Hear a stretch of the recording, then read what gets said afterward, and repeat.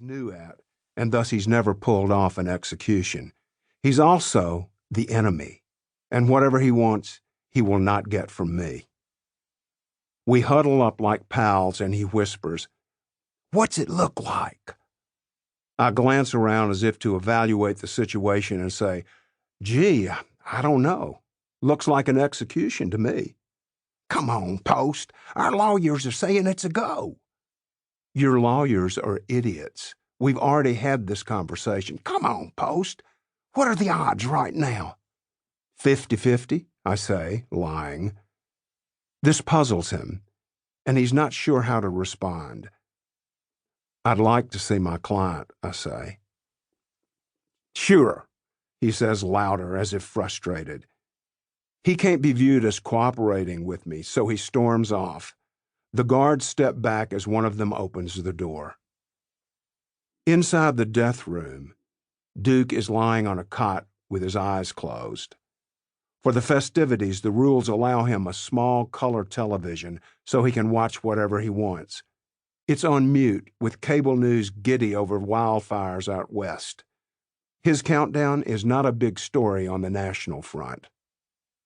At execution time, every death state has its own silly rituals, all designed to create as much drama as possible. Here they allow full contact visits with close family members in a large visitation room. At 10 p.m., they move the condemned man to the death room, which is next door to the death chamber, where he'll be killed. A chaplain and a lawyer are permitted to sit with him, but no one else.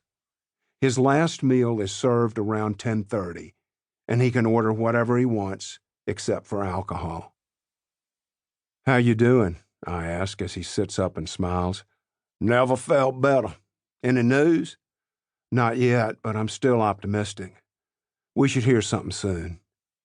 Duke is 38 and white, and before getting arrested for rape and murder, his criminal record consisted of 2 DUIs and a bunch of speeding tickets. No violence whatsoever. He was a party boy and a hellraiser in his younger days, but after 9 years in solitary, he has settled down considerably. My job is to set him free, which at the moment seems like a crazy dream. I take the remote and change channels to one from Birmingham, but I leave it on mute. "You seem awfully confident," he says. "I can afford to. I'm not getting a needle." "You're a funny man, Post." "Relax, Duke. Relax." He swings his feet to the floor and smiles again. He does indeed look rather relaxed, given the circumstances. He laughs and says, "Do you remember Lucky Skelton?" "No." "They finally got him about 5 years ago, but not before serving him 3 last meals. 3 times he walked the gangplank before getting a shove. Sausage pizza and a cherry Coke." "And what did you order?" "Steak and fries with a 6-pack of beer." "I wouldn't count on the beer." "Are you going to get me out of here, Post?" "Not tonight, but I'm working on it."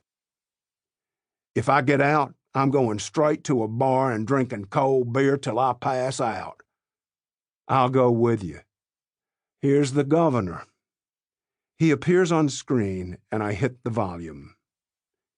He's standing in front of a bank of microphones with camera lights glaring at him.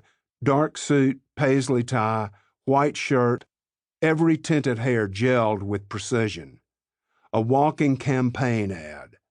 Sufficiently burdened, he says, "I have thoroughly reviewed Mr. Russell's case and discussed it at length with my investigators. I've also met with the family of Emily Brune, the victim of Mr. Russell's crimes, and the family is very much opposed to the idea of clemency. After considering all aspects of this case, I have decided to allow his conviction to stand. The court order will remain in place, and the execution will go forward. The people have spoken. Clemency for Mr. Russell is therefore denied." He announces this with as much drama as he can muster, then bows and slowly backs away from the cameras, his grand performance complete.